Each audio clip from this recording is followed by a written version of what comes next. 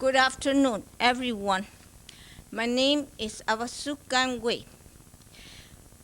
I was the local artist producer. Today is a grave day. Today is the 10th of May, 2005, as we know it. That marks the 87th anniversary of the death of our country, because 1918 was the year, 10th of May, that the Constitution of the United States of America, as it was set forth by the Founding Fathers, severed from the body of the government. From then on, we have been living as Wang Guo Nu in Chinese. Wang Guo Nu means dead country's slaves. If you have any question about this, we can talk about it afterwards. I just want you to become aware of that fact.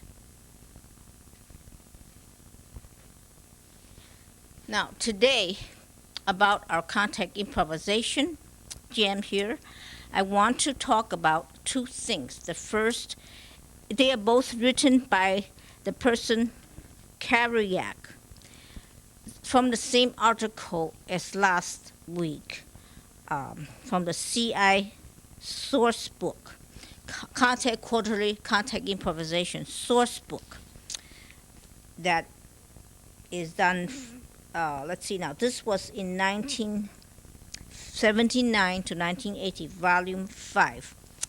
And this part today now, first we're gonna talk about is contact improvisation used with the blind people. Kariak said that he had the experience of giving a series of sessions in contact improvisation at the Lighthouse, which is for the blind, there. And there were together, I believe, 8 or 10 people that he had, Within the particular group of blind people, there were multiple handicaps. Some were mentally retarded or psychologically disoriented. Some were excessively tense, and they had rigid bodies. One was obese. One had a fractured collarbone from a recent fall. Oh, I couldn't see, right? Didn't walk carefully, he fell. Others had arthritis, diabetes, and other conditions which made them short of breath or easily dizzied. I altered my class goals, deciding to use contact as a movement therapy tool rather than as an end in itself. These people all have problem moving, right? So we spent about 1 hour on warm-up and relaxation. Took a long time. Some people were very tense, Then spent the rest hour on contact exercises. Since I couldn't just say, do it like this, because they couldn't see, right? So he had to be totally specific in giving his instructions, It was kind of challenging, in other words. Says, I was forced to describe many sensations that I experienced in contact with precise language. This was a major challenge for me, and I learned a lot about contact in the process.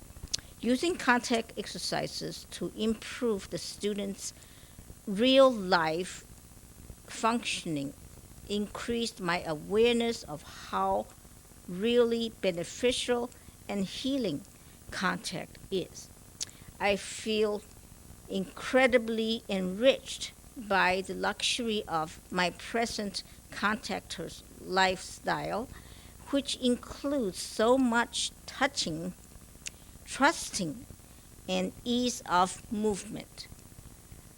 Since classes at the lighthouse ended, one of the visually disabled students without other impairments is now enrolled in my regular class, where he is much in demand as a contact partner among the other students. Isn't that exciting? So that's very exciting. Challenge, a real challenge, dancing with someone who's just blind, you know. So I'm blind, but I'm not totally blind. I'm can't see too well, but I still have a bit of sight. Also, I was not born blind, fortunately. With therapies, the second part is about therapies.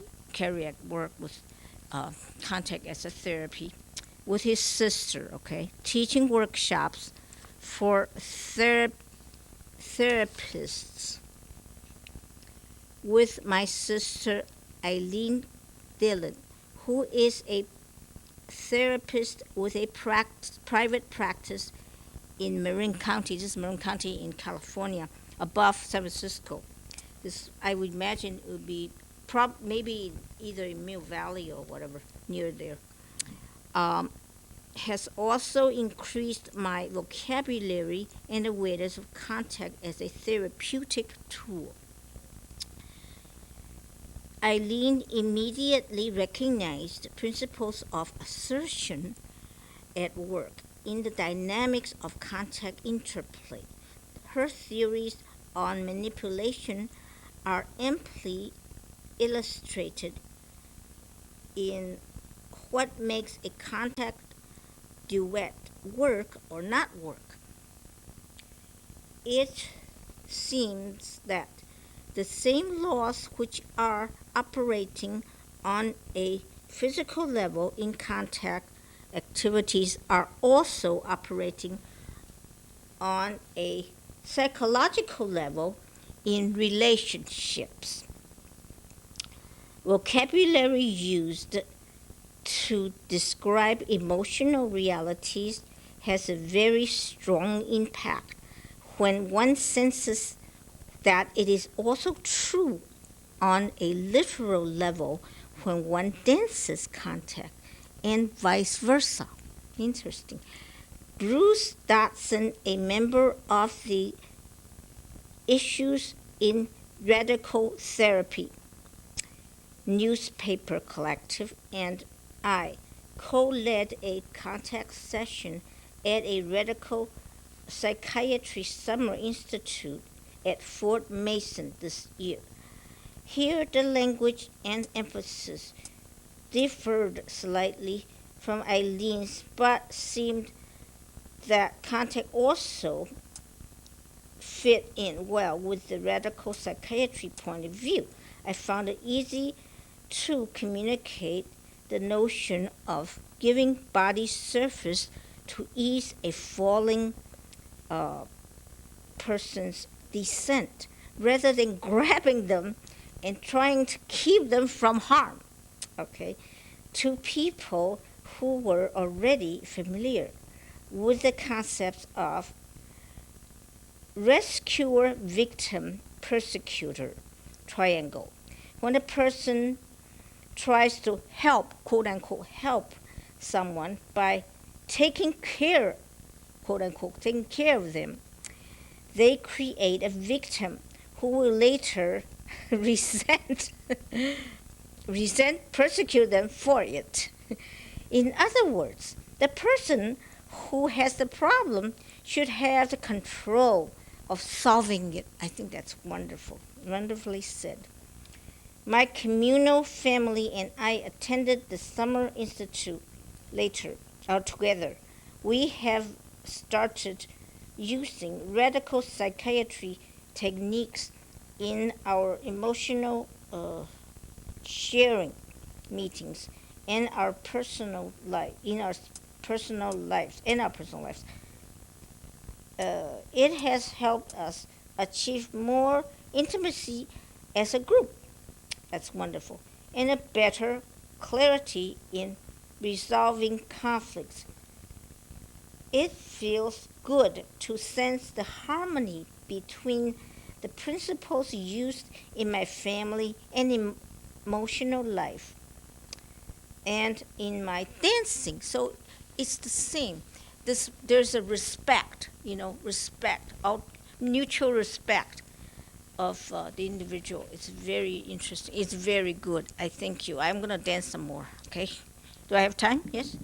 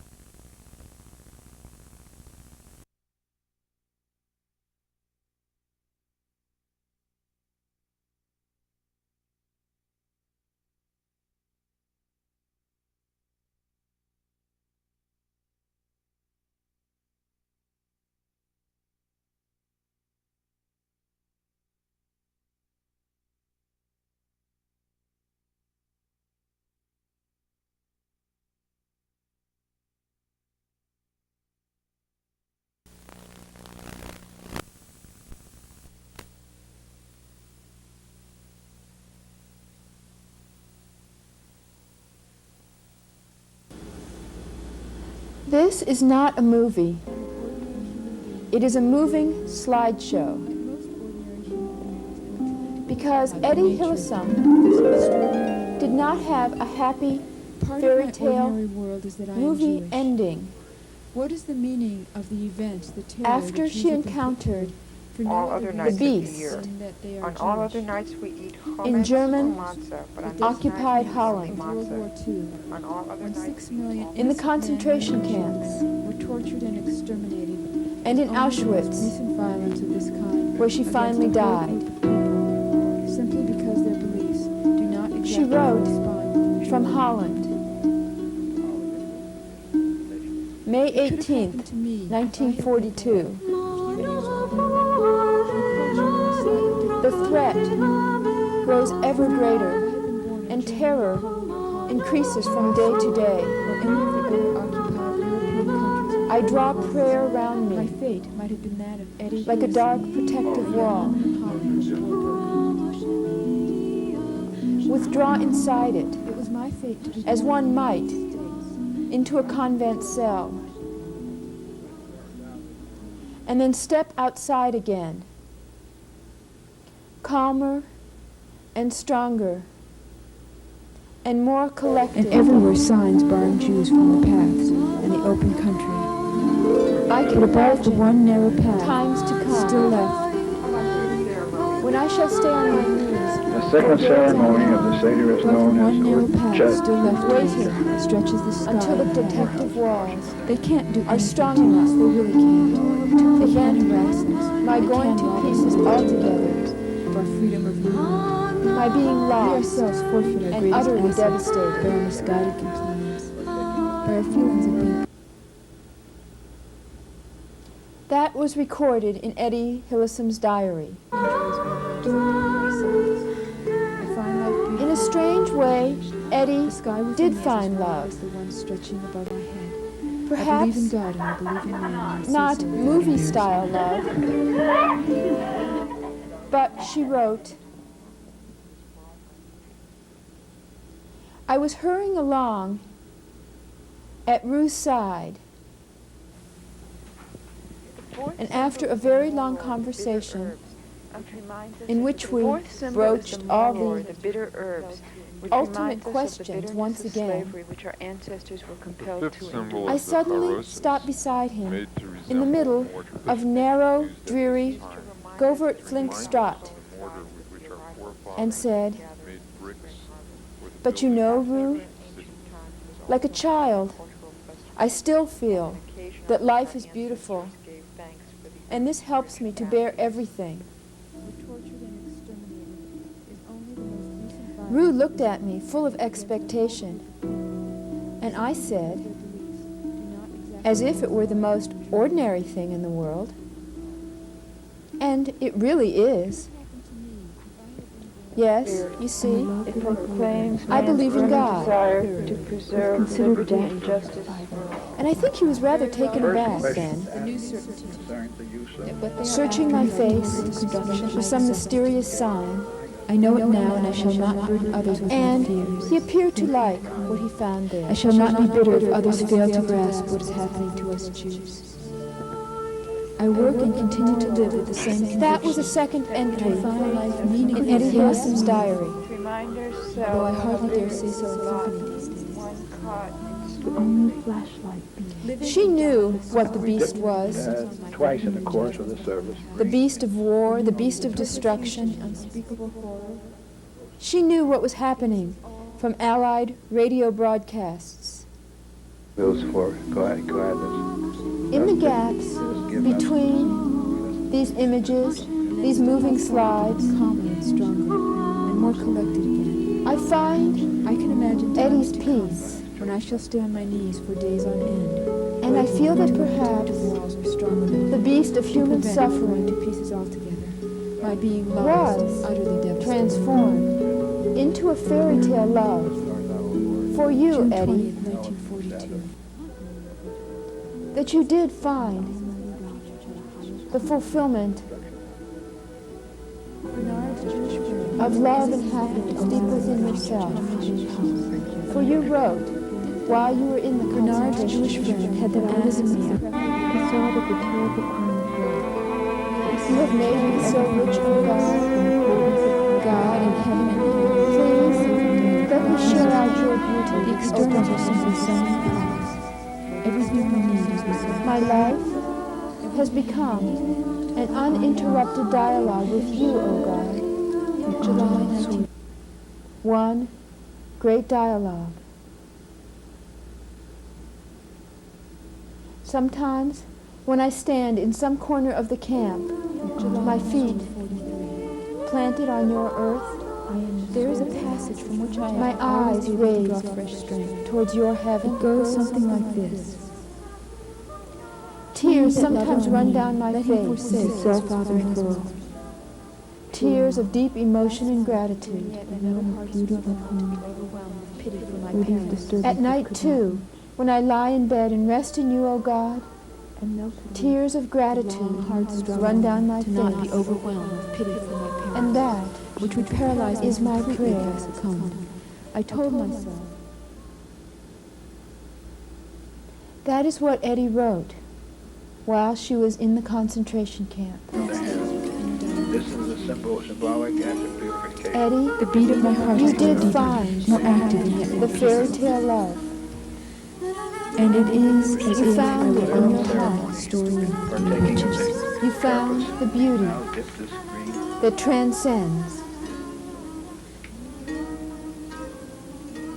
the beast. Than anything that is in the manifest universe.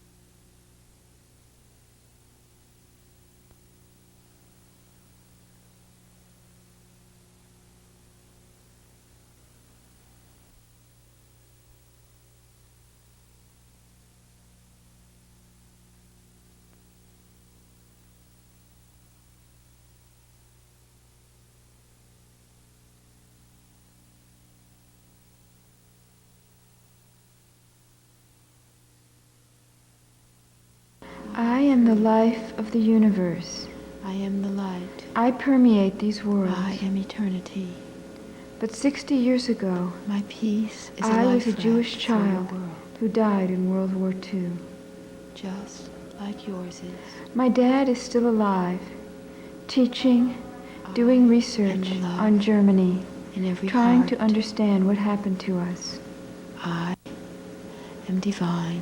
Throughout time and space, my being I extends. am awake inside. I guided my I father extend to do over the research vast on regions Hans Weiber, a German in a soldier world who refused to kill me where when he there is was no ordered to do decay. so. Hans's sister, who There is is now love. 82 years old, told my father, There is peace. Even then he was a boy, he was too There is wild. wisdom.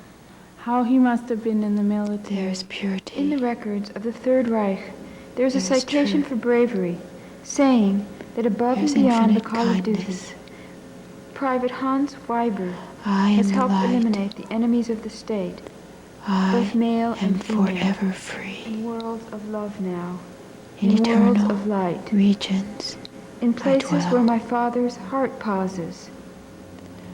I am the baby. I am In these the places, adult. in the flickers of my father's mind, I guided him am to a virtue letter from Hans and to his purity. wife, dated January 3rd, 1941. It reads, I am free. Two soldiers were hurting a woman, and the sounds of her I screams seemed to am penetrate the into my light. heart. No, into my soul. I And even though she am was not an Aryan, eternity. the sounds seemed to wound me. It embodied the suffering of every My living peace being in is the a universe. life raft for your For a moment, I felt like I was awakening from a dream. just like I am the yours life of is. the universe.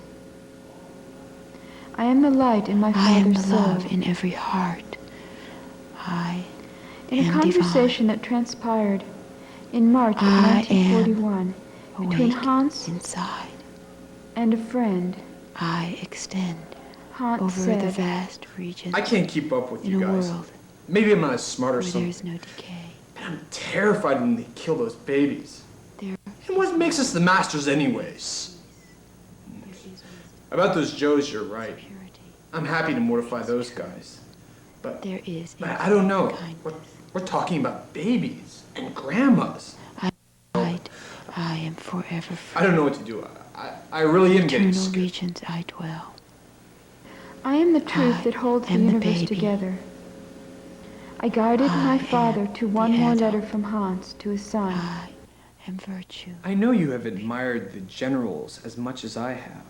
I am free. You would be proud to know that I saw some of them yesterday afternoon when they addressed my company. My peace is a life raft These for great your men world. felt very Just triumphant. like yours They is. say victory is certain. I am the I love wonder in every heart. that no one else I am the noticed love in inside every their heart. stone.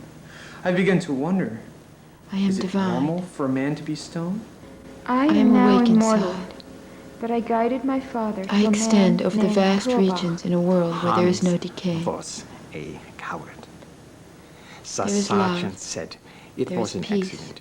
There And is it was. wisdom. It was There is only purity. an accident. Our There is sergeant truth.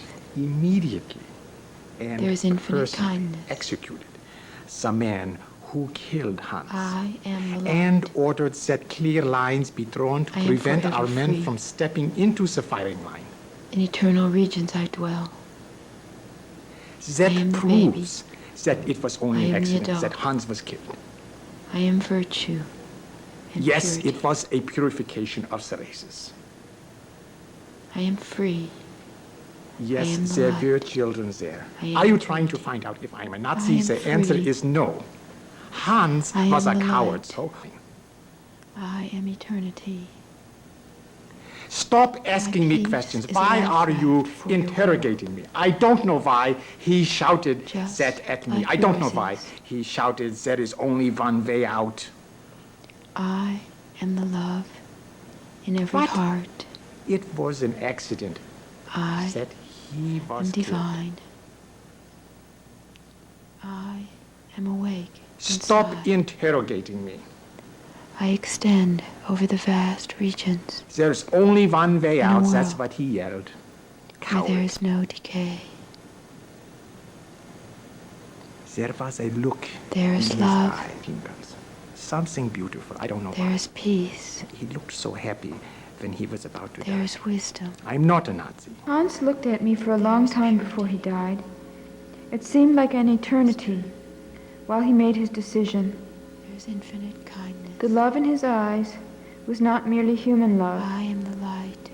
In that moment, we loved each other. I am forever free. A huge simplicity washed In through me. eternal regions I dwell. Dad doesn't know it, but in that silence, our I hearts am the interpenetrated. I am the Dad adult. doesn't really know how this I soldier refused to am corrupt virtue. himself more. and purity. But my dad has come to a place of peace inside himself. I am free. Someday, perhaps the I world will be at peace. am the light. I am eternity. My peace is a life raft for your world, just like yours is.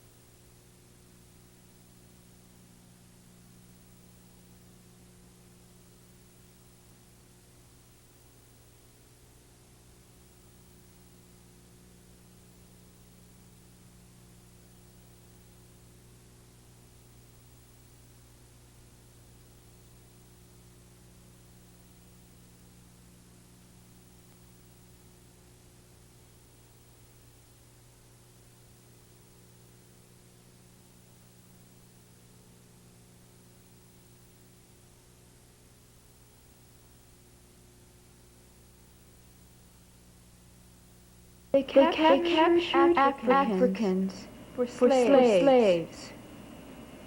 They brought them on a ship. See this person? He is one of the slave traders. He was considered legal by his society. Even though not by us, who are in charge of the universe.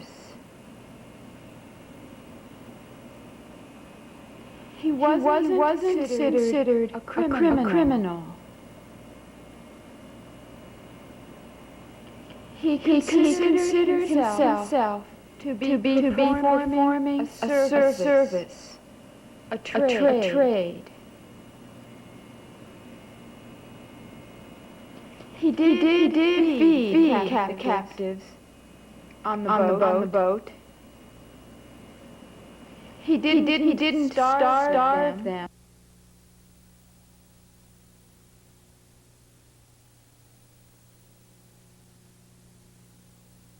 Would you like to know what it was like to be a slave? Of course, it's buried down real deep, but I can explain it. I'm a 48-year-old white woman in 1998. But in my last life, I was a man. A black man.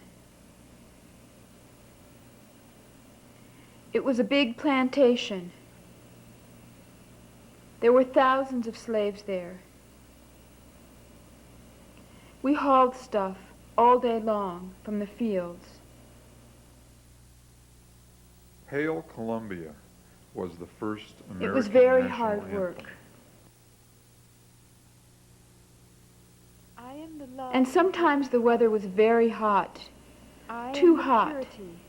That exists in all beings. We hauled stuff back and forth. It was very hard. I hardly did anything else my whole life.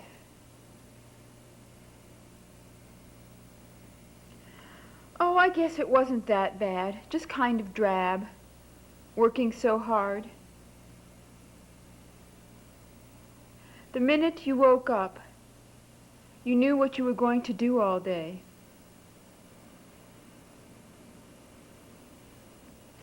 Once in a while we had a break, but almost never.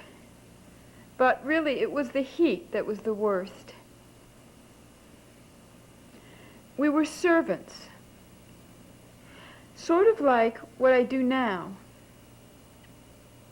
I mean, I work as a teacher now, but I'm just serving like I did then.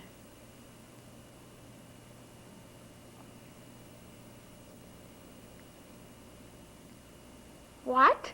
Servants? You were a slave. No. I just considered us servants. Francis Hopkinson designed the Stars and Stripes. And I had self-respect, just like I have now. It was just the heat that bothered me. I am the love in every heart. We never had time to do anything that exists but haul stuff from the field. I am the truth that fulfills all purposes. But I am the one I was well suited to it. I was a man, strong, well built, very powerful. Love in every heart. But the life was entirely physical in all beings. In some ways. I am the truth that fulfills all purposes. It was kind of boring. I am the one who is wholeness. So I used to sing. And in the cool weather, when I would sing spiritual songs while hauling that stuff, I would actually be happy. I would be so happy. I would think I was actually the happiest person on earth.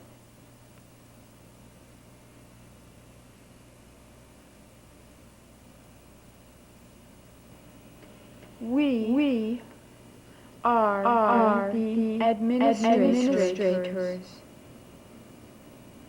of the universe.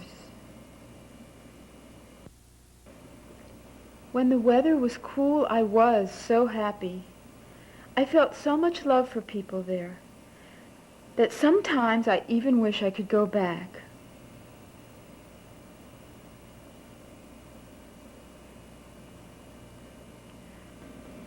That person was there to teach, to guide the others. And now she deserves what she has in the present. She has been given a deeply happy home life.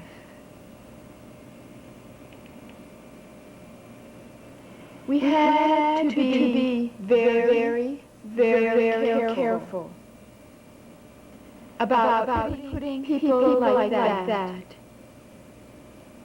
in positions of slavery. It was very dangerous for them. They could easily have become negative instead of helping those around them. The War of 1812 with Great Britain was about free trade and sailors' rights. Yes, I was a servant. I am the purity. Do you need help with that horse? In all beings. Yes, I know that horse is cantankerous, but I usually can calm it down. Here, give me that steed. There, soothe down. Yes, he's quiet now. Sometimes I was so happy there. I was sure I was the happiest person By in the world. 1815, relations with Great Britain and Canada became friendly again.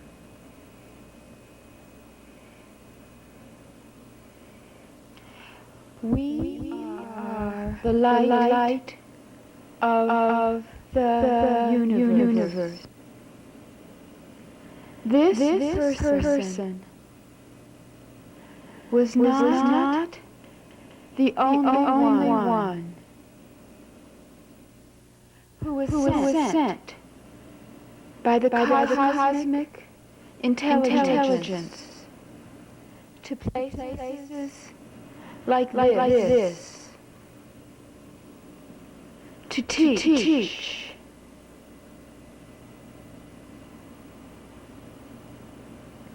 There were thousands of them.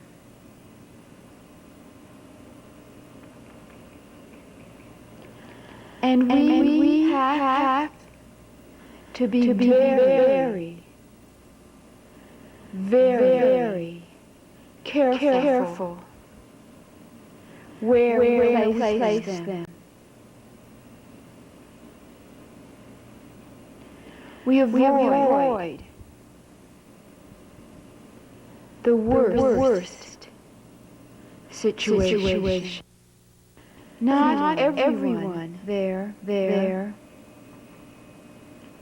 was a teacher. Very few were.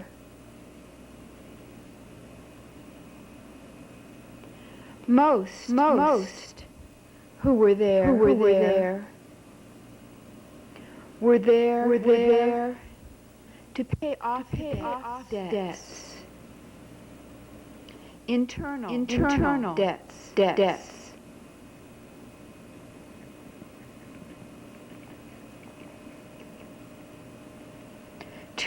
To meet aspects of themselves that needed to be balanced.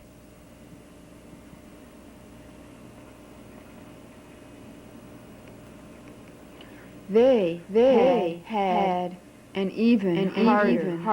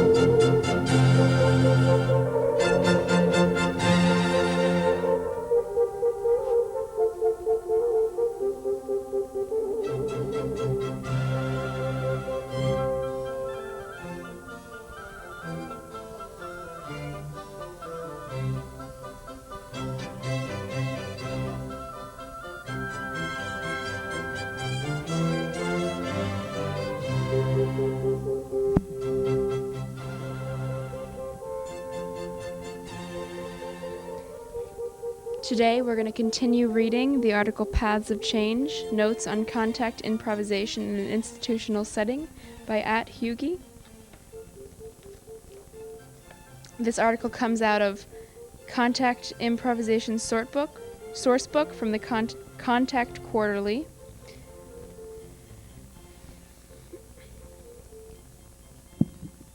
Contact improvisation as part of an institutional curriculum. It was 1985. The first Contact Teachers Conference took place at the school in Amsterdam. Steve Paxton was there, not attending the conference, but teaching at the school, working with improvisational scores. One afternoon, we were standing in the hall, and through the window in the door, we could see the meeting of the Contact teachers. At that moment, Steve said, "Somehow, I would like to open the door and say, no, this is an anecdote. Maybe I made it up myself. Maybe it is really said. But even if I made it up myself, I experienced this as one of those moments that became crucial for the development of my thinking since." When Contact improvisation entered the school, which happened through an introduction by Pauline de Groot, and a little later through workshops taught by David Woodbury, Steve Paxton, Lisa Nelson, Nancy Stark-Smith, Christy Swain, Danny Lepkoff, and Mark Tompkins, it did add many new elements to our thinking about dance, improvisation, and especially about dance training. Although strongly related to other forms we were using at that time, release work, alignment, and several improvisational approaches, Contact seemed to work as an integrative force as well as offering a very physical alternative approach to training. For us, it felt new in terms of vocabulary, and also in the teacher-student relation it offered new exciting forms. It seemed to be open, explorative, daring. I remember that around that time, the Tricia Brown Company came to the school for a lecture and demonstration, and several of the more traditional Dutch choreographers were there as well. One of them asked about the training of the dancers, suggesting that they certainly would have had a strong traditional background. It was Randy Warshaw who answered the question, saying, "No, my only training was contact improvisation." It felt like a true moment of victory. After this first intensive introduction to contact improvisation, we considered giving it a more permanent place in the program, not just in the form of intensive workshops, but on a regular basis. At that moment, looking at the content and format of the work, we were certainly convinced that CI could offer a creative and realistic alternative to replace at least part of the more traditional technique classes. But the problem was that, unfortunately, there were no teachers available who would be willing to teach on a regular basis. We did try to organize a regular jam, but that initiative, which came from the students, only lasted for a few weeks. In the years after, we kept bringing guest teachers to teach CI workshops. It always would stimulate the enthusiasm in the school, and time after time we tried regular scheduling using local teachers as well as long-term guests, but it never really succeeded. Contact never took the place that we thought it deserved. An important reason for why this happened can probably be found within CI itself. CI has mainly been developed outside of institutions in short workshops with students who make a free choice to do this work and who are not overloaded with all the other approaches a school program offers. In those workshops, methods of teaching were developed in relation to the specific demands of short and open workshop situations. Contact improvisation was and is not about a historically defined form like most of the other approaches to dance used in education, but about exploration in a democratic and social environment.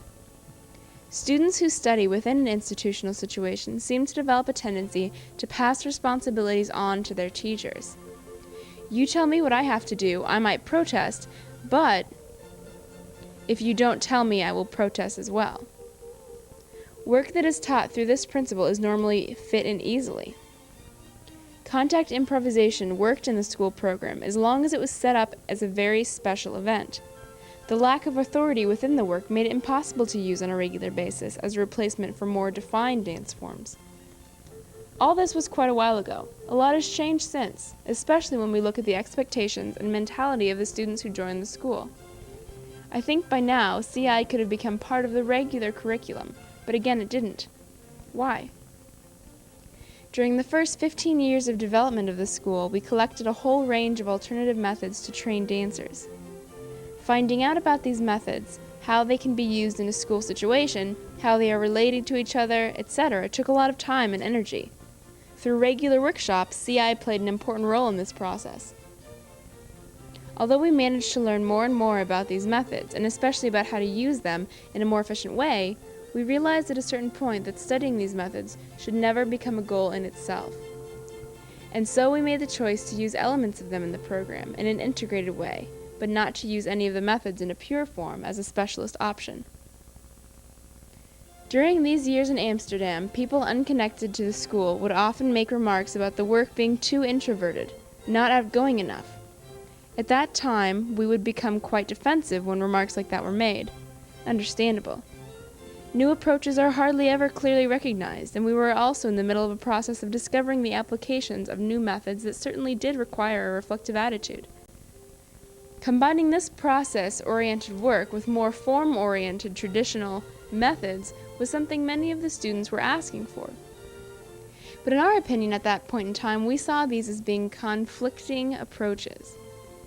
I don't think we ever lost our belief in the importance of form, but how to get to that non-historical form, how to develop a way of working that would allow an ongoing process of change in form, that was a new path we had to find first, through exploring all those different methods that connect physical development with the use of imagination.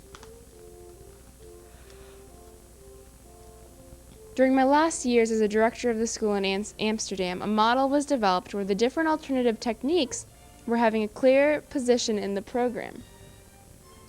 Through regular classes or through carefully planned intensive workshops, this was done. Although it felt as if we had finally reached the point where we were able to give full value to the new work, there were doubts coming up as well. At a certain point, one of the teachers, who had been teaching Tai Chi for many years, retired. Students and staff were asking, who will be teaching Tai Chi next year? My first reaction was, we'll have to find a replacement. My answer was, however, nobody. We won't have Tai Chi next year. At that moment, I realized that making a program based on subjects would, through time, inevitably lead to a static situation, comparable with the situation most traditional modern dance schools were in, working with methods and ideas of people who, artistically, died long ago. In our opinion, a school for dance should have one main objective: to train students to be artists who will be able to develop new forms through the use of physical means. An objective like this does not allow any limitations. Methods to develop creative and physical skills are just methods to reach a goal that lies beyond those methods. Contact improvisation is one of them, and any artist using improvisation as a way to discover new form will not accept the limitations that are part of this method, or of any method, but will in fact include anything that will support this process.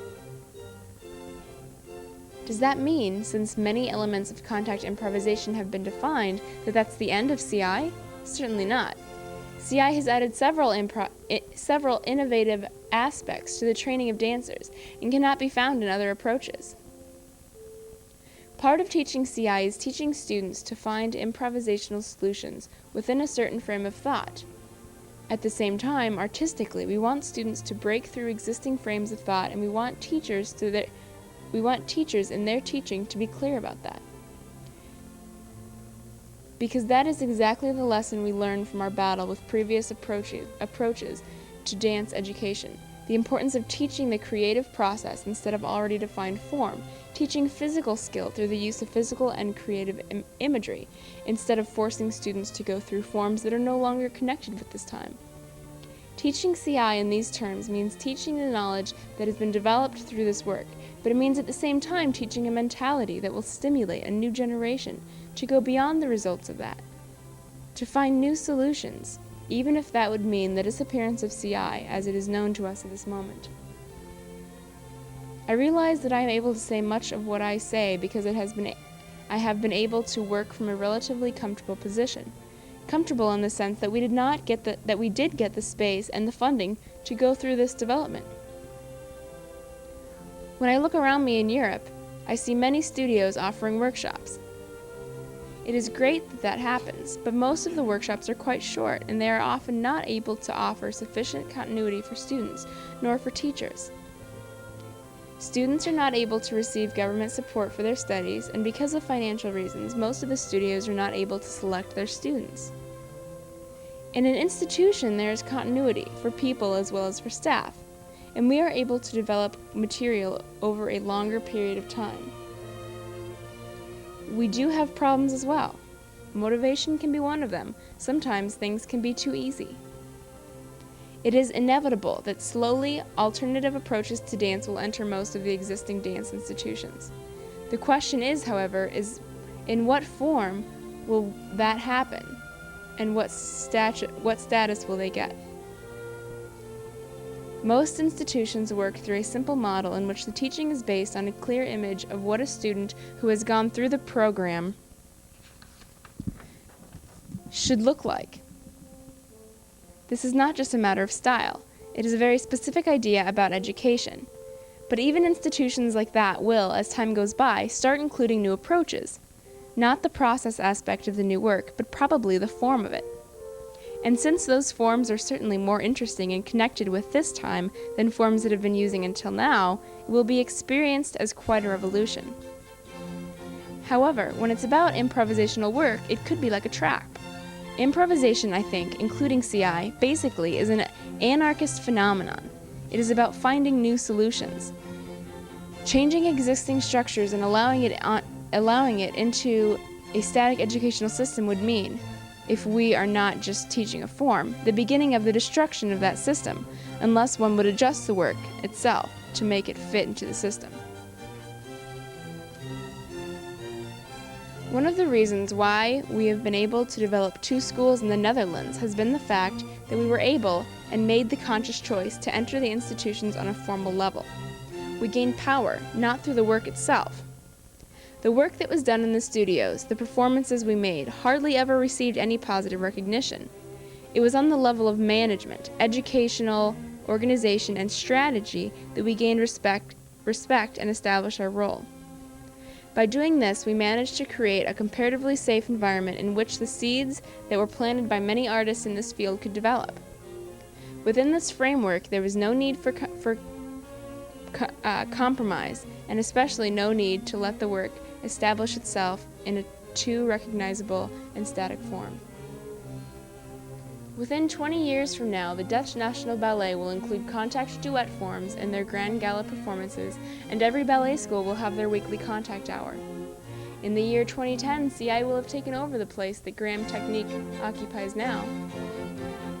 But also, in the year 2010, there will be some people struggling somewhere in a small studio, maybe in a few institutions, trying to develop work that goes beyond contact. And if there happens to be a conference that year, I am sure Steve Paxton will appear, look through that window, and whisper, "No," again.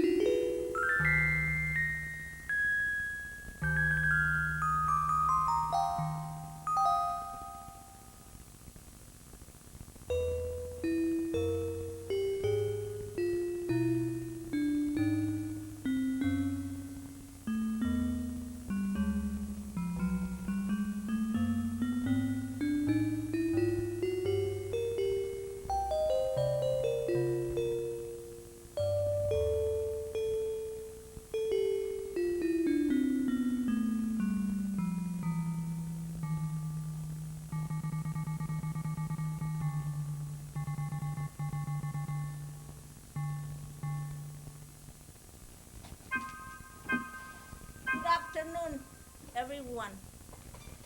My name is Avasuk Ganwei. I look normal because fortunately the medicine, the medical science, plus the supplements, plus life itself have gotten me where I am.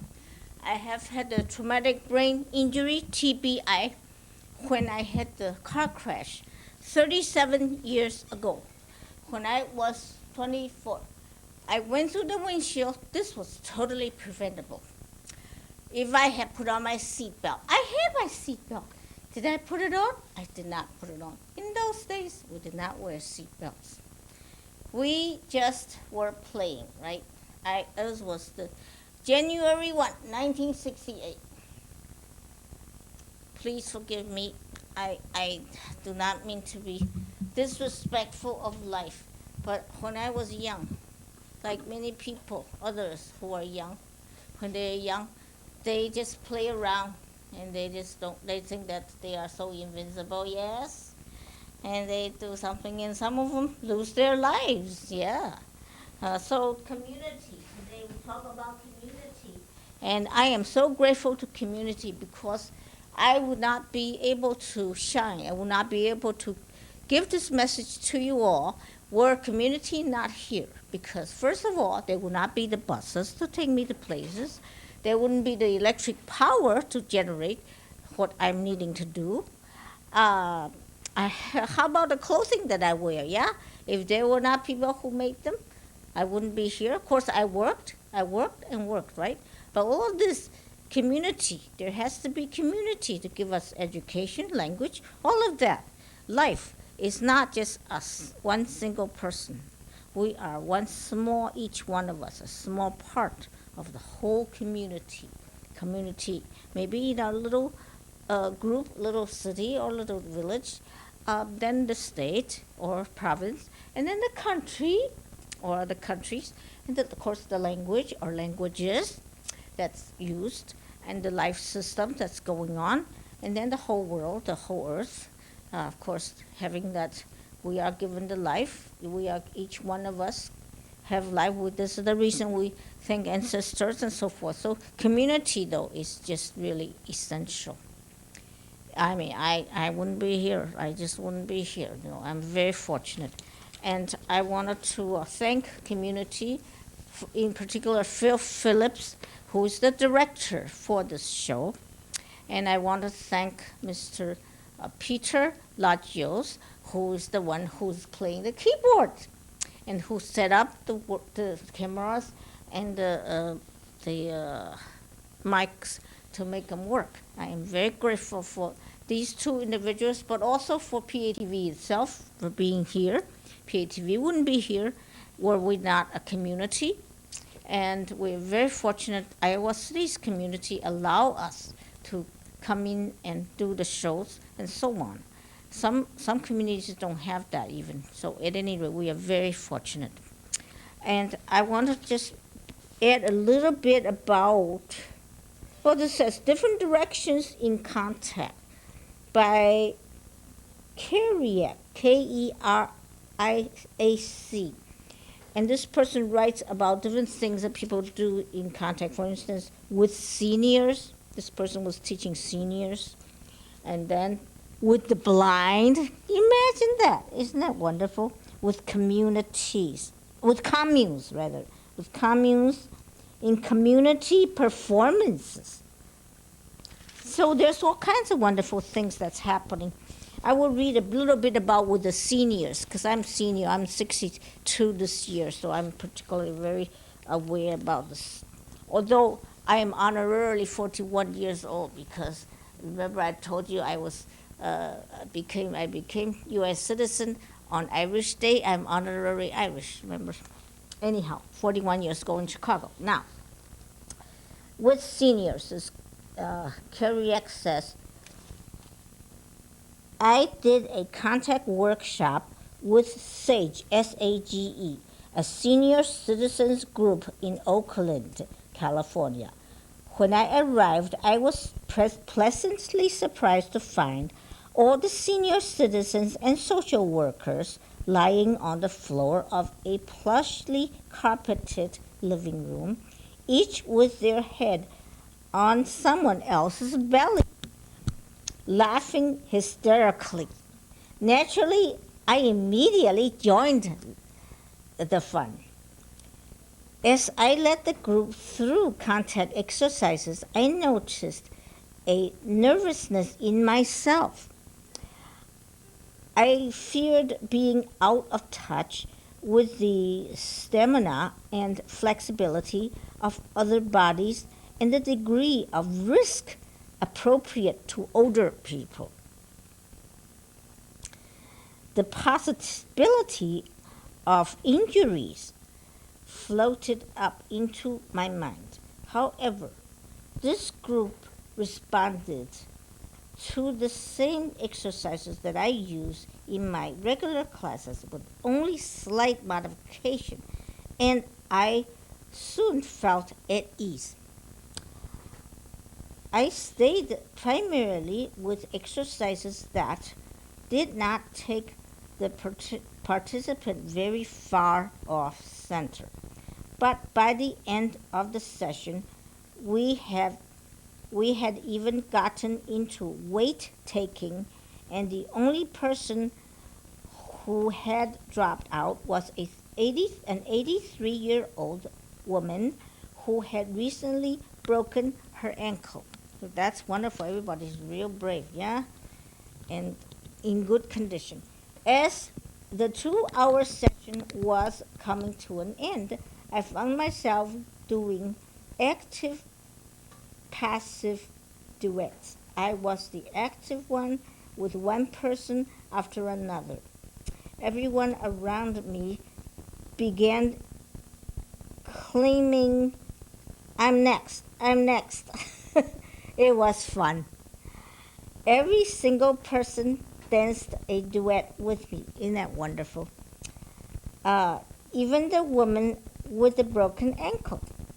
These older men and women let me balance them in the air on my hip or back without clutching or showing any signs of fear. They melted into the floor and took my weight with just the right amount of active passive involvement. I was amazed. We were really doing contact. I am so glad. At our final hug, everyone was incredibly high, including myself, despite my sweaty exhaustion. As I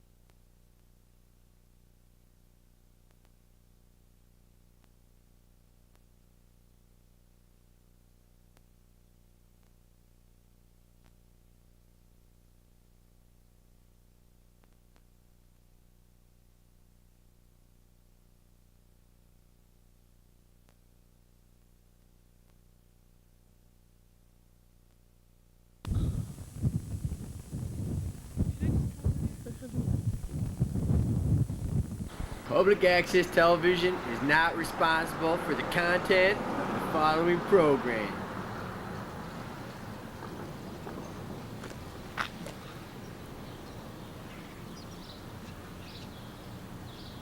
What did you think of it? I thought it was moving.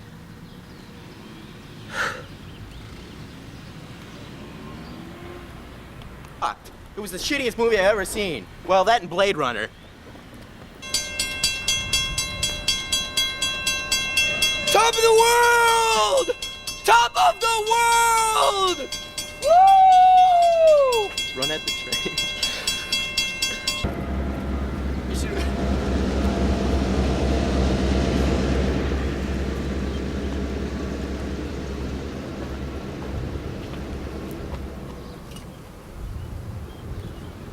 mean, as far as Leonardo DiCaprio goes, oh my god, I would totally be Kate Winslet, and I would totally let him draw me, if you know what I mean. I mean, like, really draw me, like, naked.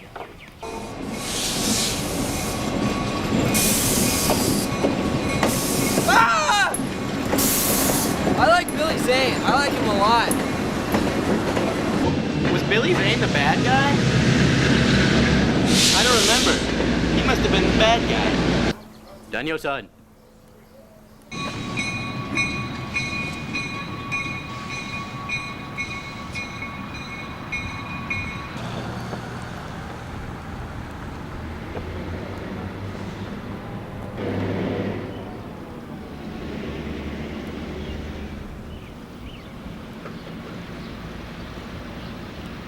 Hey, you guys got any pizza? I saw your help wanted there. I'll be a driver for pizza. I guess they're not open.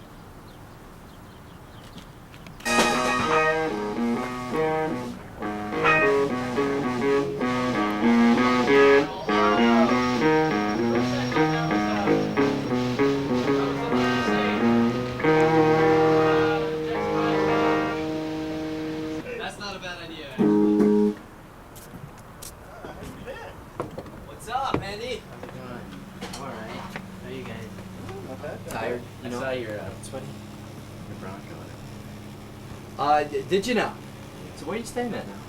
I'm still in the same place? Yeah, for like. And why haven't you guys been calling us at the numerous times we've been in action? nobody else is there. Everybody moved out. Well, that's no good. You guys want to introduce yourselves or anything? I'm Matt. Single. Very. I'm Andy. Bald. Very. I'm Sam. Just Sam. Chris.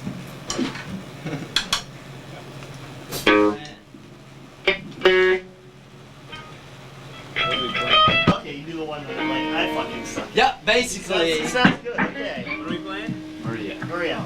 Oh, Maria. 2, 1, 2, 3, 4.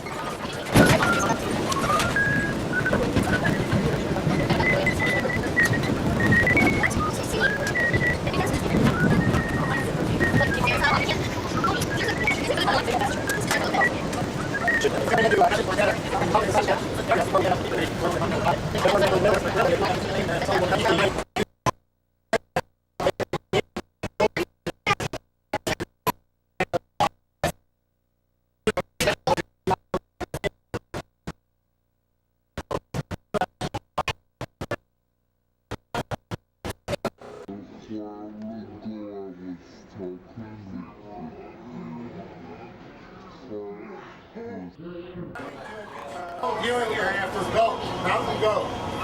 Mountain goat. There's going to be a narrow crack in the trees. We'll have 10 seconds to look. And so when you're looking, what you're going to see is you look across the valley, you'll see a highway halfway up the mountain. Did you build that for the mountain goat? Yeah, we're looking, yeah. Oh, is it built? For goat, folks, just a second here, so people can hear. Can you hear me up here? You're going to see the highway. Below the highway, slightly to the left in this viewing area, is a rock fall.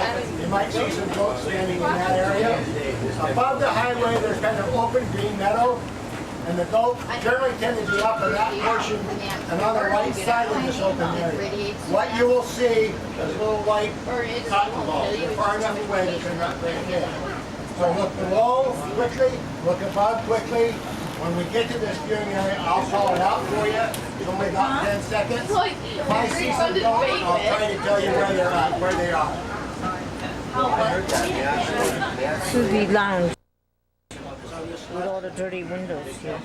Because this side faces where the sun is at, so you can't see too well here. But actually, I think we're going to the right is the screen of the screen here. So that side must be the newest, okay? But somehow the sun is still. This is not really quite. This is almost maybe we're going south a little bit instead of straight east. I think we're going a little bit south. But anyway, we're supposed to come up to that thing. We'll see. Tell us in 10 seconds how far does the train travel? Just a minute, and I'll work on that for you. Thanks.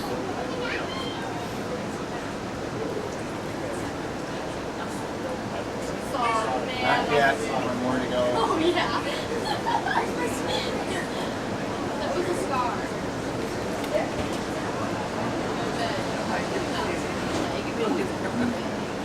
Well, I didn't see any goat back there. Have we passed it? I think the next goat thing in the trees is going to be sometimes like this. Okay, look for the goat.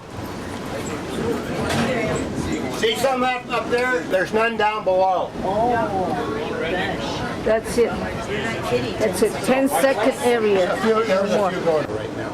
That don't shoot. 25 miles an hour. We're going to come up to Java East Bridge. So 10 seconds is how much? We gotta calculate that later. We missed it. Yeah, View of the valley on either side of the train, and it'd be worth taking a picture if you're interested in this nice scenery. Java East, it's called Ranch. Java East Ranch. Crossing the middle fork of the Flathead. It's coming up in a couple minutes. It'll be obvious when we go across the bridge. I want to take a shadow of that float. Flathead River and ascending up Elias Pass. And we're going to be following Bear Creek to the summit of the Continental Divide. If you look down, you can see Bear Creek flowing into the middle fork of the river. We'll come into view a couple of times. To your right rear. Right rear.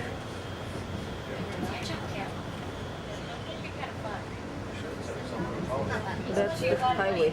See the creek along the highway, I think. That is it.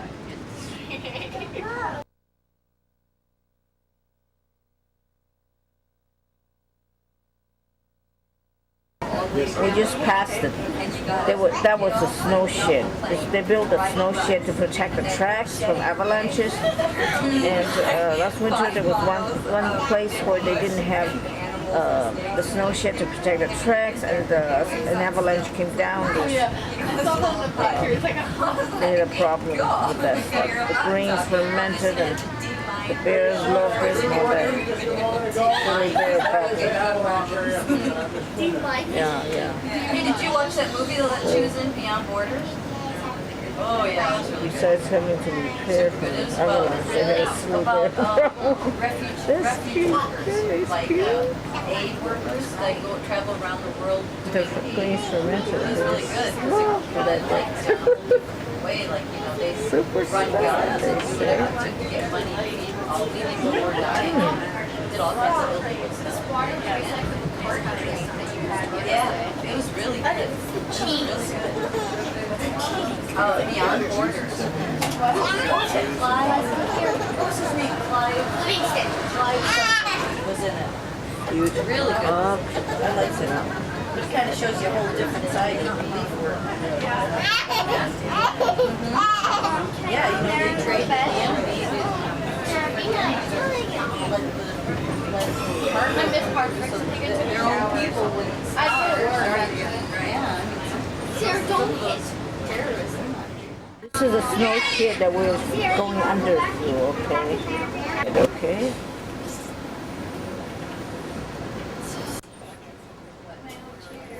Snow shed. Ooh, long snow shed. There.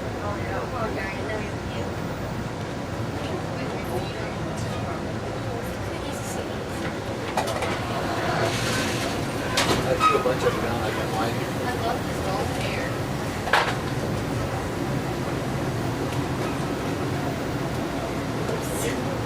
Why is the tree tilted? Okay. Third or fourth snow shed. Lots of snow shed here. Now I understand what the meaning of it is. To protect the tracks against the avalanches in the wintertime. Avalanches. The snow tumbling down from the mountain. Lots of hours to do stuff like this. More It's about about 40 miles by 40 miles 40 square. by 40 miles The square. glaciers will be all gone in 30 years if the weather patterns hold or melting out. And my book says there's 48 glaciers left, probably closer to 40, maybe even 38. But it's in the park. There's 600 lakes, I think 700 miles of trails in the park. Grizzly bear, black bear, cougar, four packs of wolves, which reintroduced themselves on their own coming over from Canada. At one time they were extinct in the park. Smaller animals from Pontiac. Elk, moose, deer, and especially during the early portions of the spring and summer, you'll see more than you will this time of year. Generally this time of year the animals will go up in elevation because the snow has melted out and there's some good feeding right there.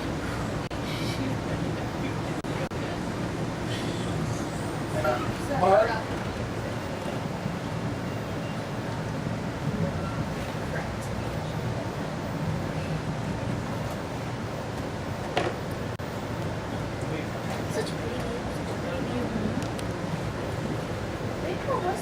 Hi, you might be looking for a beaver dam. There are quite a few of them. Beaver around. dam?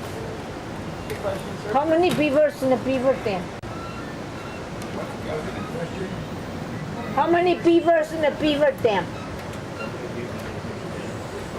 From a couple to 4 or 5 in their babies. Uh-huh. I think we should go up.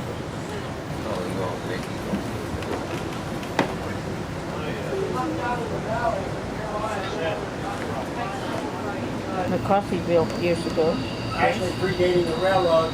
Predating It was the a true railroad. Wild West town. Cowboys, early construction of the railroad workers were down here. Very Wild West town. All the Wild places West. associated with the Wild West town were going on to plenty of alcohol. Jesus. Fighting other It was activities. named after a teenager by the name of McCarthy who was a town McCarthy. drunk. Town and drunk. Town buffoon. So it was unofficially named after McCarthy. Nice. Montana is very fortunate. The town disappeared. When mining interest ran out, the town ran out as well. But there's still some remnants of that town down there in terms of digging around for old tin cans, metal parts, what have you. McCarthy. McCarthy. park ranger was saying how there's 40 glaciers and now there's probably 38. The weather is warming. The glaciers will all be gone in 38 years, he said. He did say also how the way here the mountain is, it was started, I think in Wyoming, he said it was shoved over to the west because there's a younger rock down below the older rock on top. I don't think the strain has the key card. Oh, it does? You've heard of that though? Yeah. Geologists would conclude it's from the shoving over. The summit is white flat. And off on the right-hand side, across the highway, you will see a tall stone obelisk sitting on the Continental Divide itself. This monument, this tall obelisk, is dedicated to Theodore Roosevelt, who was the early 1900s president, who had a lot to do with setting aside some of our western wilderness area. Immediately adjacent to that is a statue of John F. Stevens, the explorer and engineer who built the Great Northern Railroad. Wow. So you'll see that as we come off in the flat, semi-open area. Hopefully there won't be a freight train in our way up here. You'll see the obelisk, right there. and to the last bronze statue of John F. Stevens. John F. Stevens. And then off to the left-hand side is a long ridge line called Glacier Park Ramparts. And on that left side, the Continental Divide follows a ridge line or hogsback of that mountain. I'll point that out to you. Little baby trees along the railroad tracks. Okay, then, okay. Now it's their turn.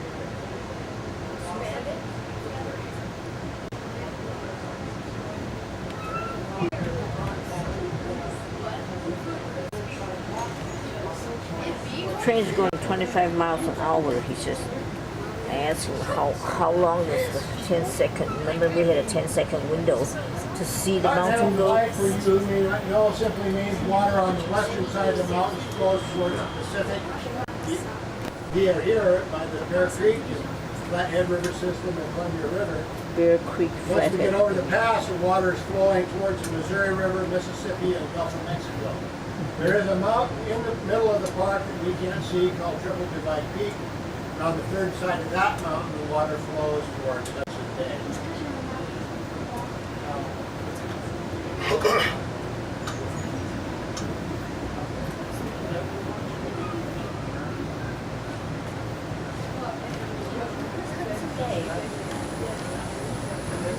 Hudson Bay. Hudson Bay is on the East Coast. Yeah. Oh, yeah. Yeah. Okay. Hudson River is in Boston.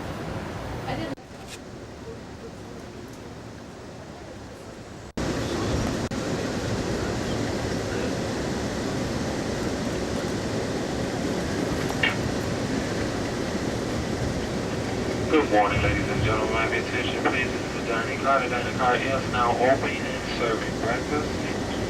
If you can have breakfast this time, please make the way to the lane at this time. We have available seating. Thank you.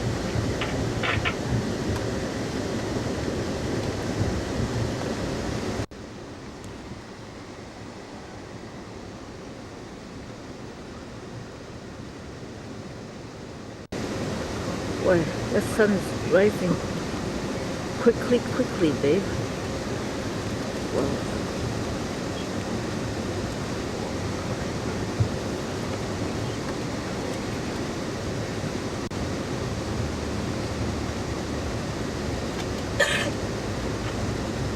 Thank you, sun. Beautiful. Visually. Visually.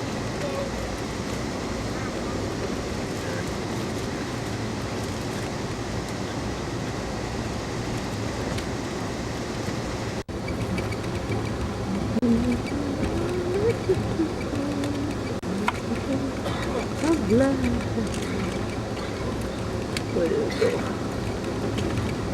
Disappeared.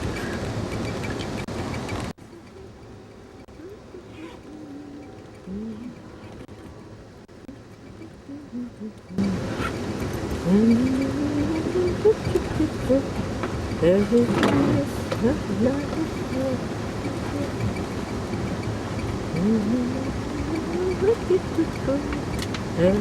is alive. It's a ripple on top of the sun here.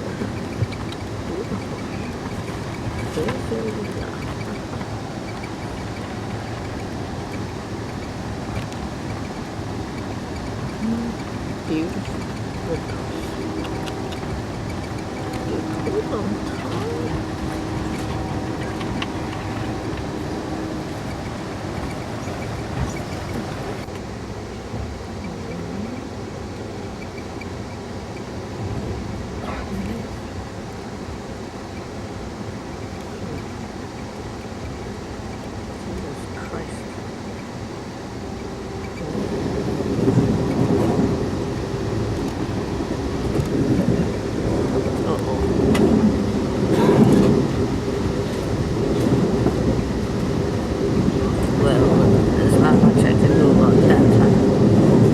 Freight train.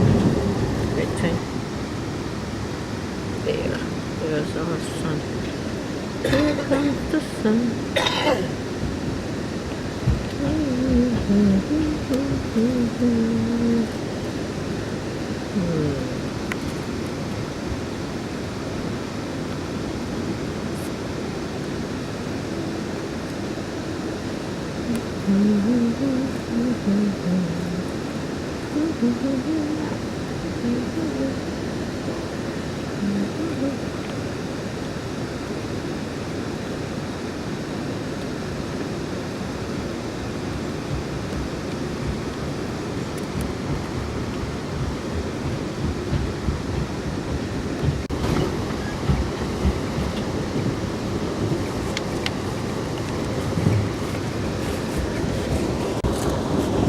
I keep getting the seat in front of me. That's not what I want.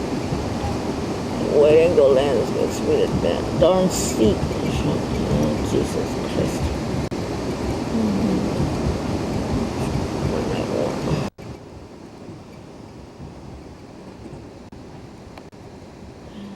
Nice.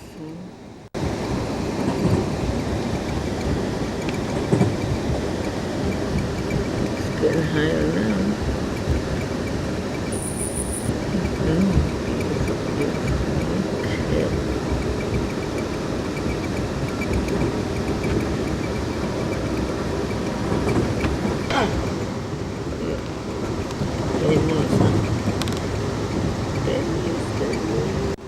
The Mississippi from the train. Twin Cities down.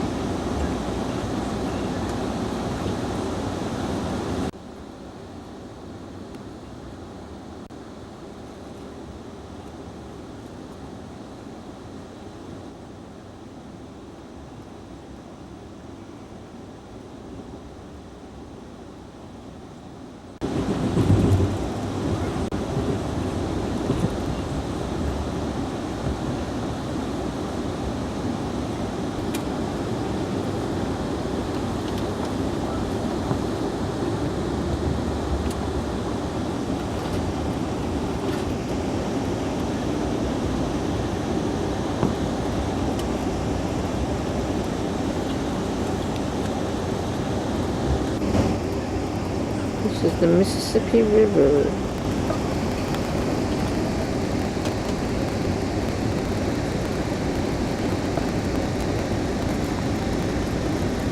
Joel, in a 2830 sleeper, please respond if you hear me.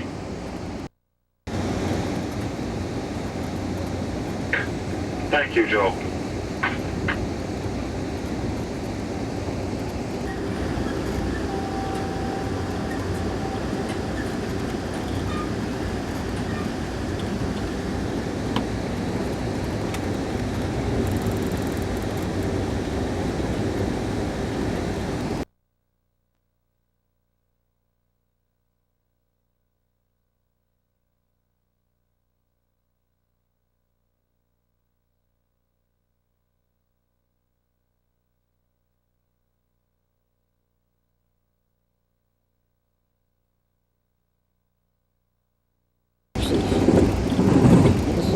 so pretty.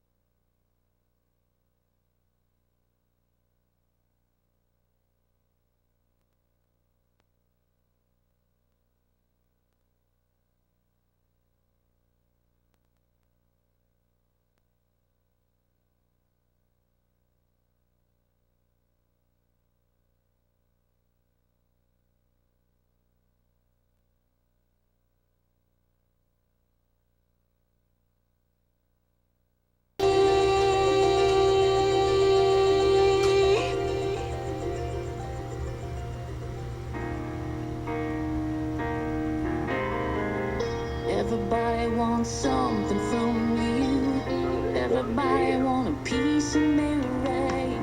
Lush Valley all dressed in green, just ripe for the picking. God, I wanna get you out of here. You could ride in a pink Mustang. When I think of what we've done to you, oh Mary, can you hear me? Growing up isn't always fun. They tore your dress and stole your ribbons. They see you cry, they lick their lips. The butterflies don't belong in yet. So Mary, can you hear me, Mary?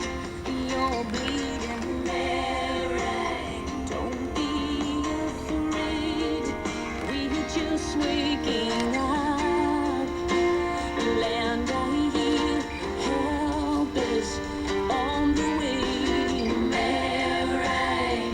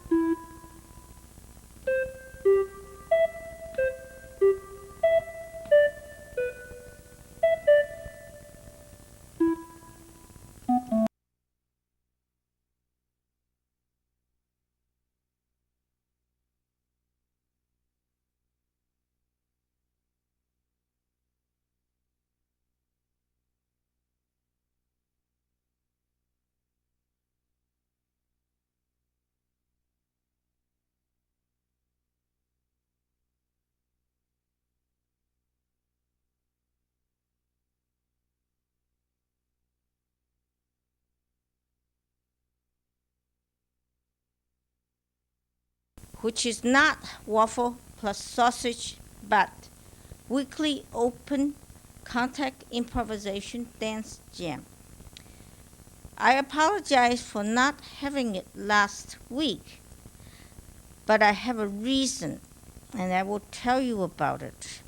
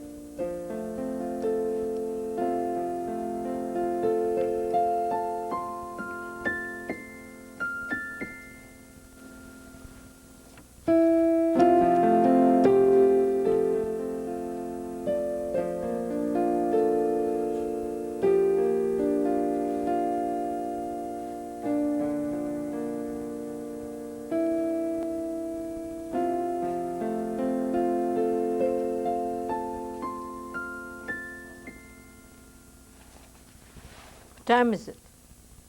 You're live. I am. It's 6 o'clock now? Well, good evening, everyone. Those people who were supposed to show up didn't show. So even though there's a window here, PATV provides us with the community window for us to voice. If you're not here, you don't get hurt, right? So I have to do something to get hurt. I mean, it's okay, no problem. I'll do that. I'm comfortable with it. But at the same time, like I say, if you're not here, you're not heard. I'm sorry. I can do other things.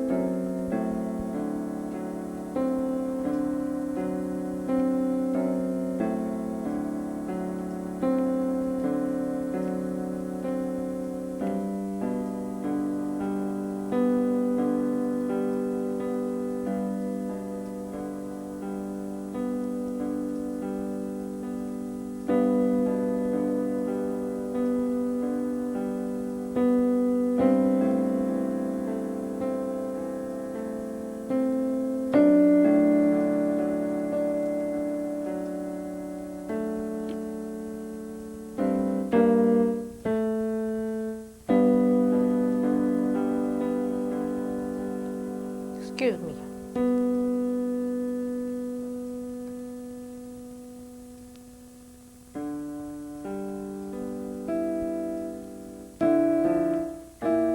Excuse me for a minute.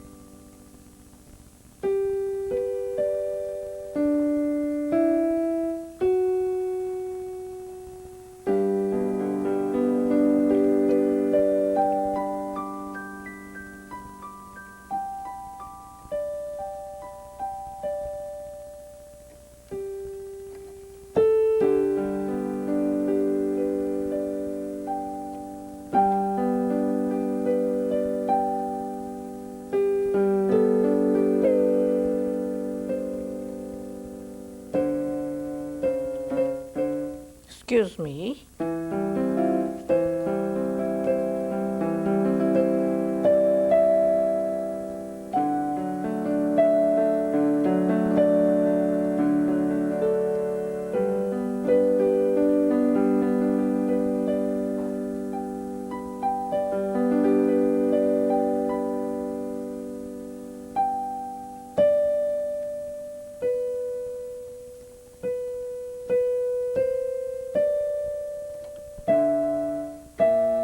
Wait.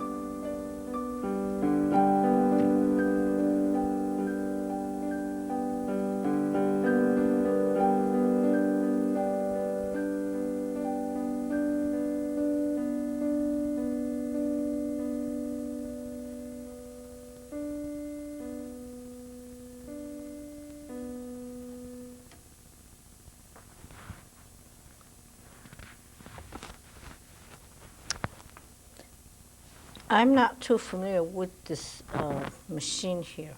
This is actually not a very sophisticated piece of equipment.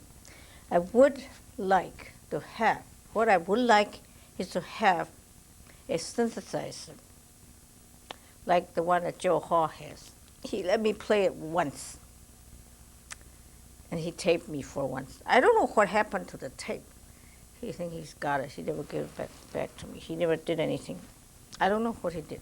Anyhow, I didn't do too well perhaps on it. But there was a whole bunch of, on the synthesizer, it's a collector's item. It has a whole bunch of, I think there's like 200 different, maybe there's 600, I don't know. Whole bunch of different sounds that you can get.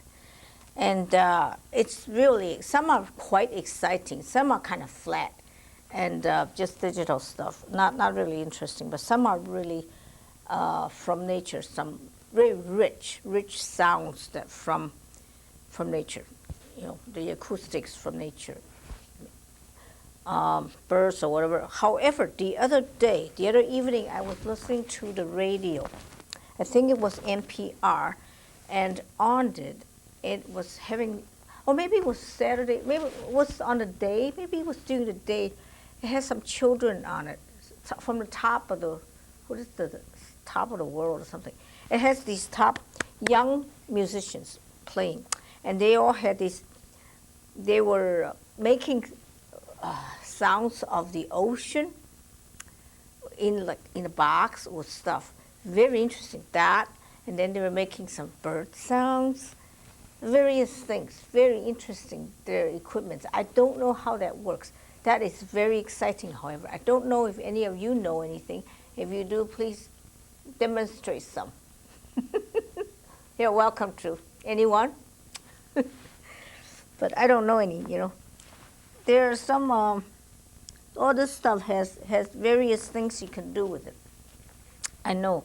I can't see too well and I can't remember too well, so consequently it's kind of difficult for me to do.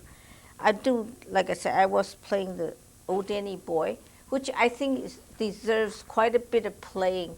You can spend a whole lot of time playing that because so many people have died from war and will continue to die from war, future war, past war, current war, and so forth. Human beings have very unfortunately, some of this very unfortunate discrepancies in they have to fight and kill each other. Why cannot they fix it? I mean, work it out. Why cannot human beings work it out with the least amount of destruction? Why cannot they work it out? I think human beings need to be more evolved. They need to grow up, in short, out of this very foolish, childish, because war is really very foolish. It's a waste of resources, let's face it. I think so. That's what I think. But I will not keep talking about that. Tonight, actually, we were supposed to have various people. Musicians, a couple of musicians I had requested to come. One was Scotty Hayward. He plays the African kalimba, a bunch of stuff, some piano, little things. He was supposed to come and show that. He did not come. And Katie Gillespie, she says she's got a new guitar and all this. She didn't come. People will promise and they may not show up, You can't count on people. Anyhow, and Steve Newell could show up or was supposed to show up, had not shown. So I'm left by myself, and it's okay. You're going to have to put up with what I can give you. So I'm going to try and play the Old Danny Boy again, because I really like that piece. I will tell you in a bit of how I came upon that, okay?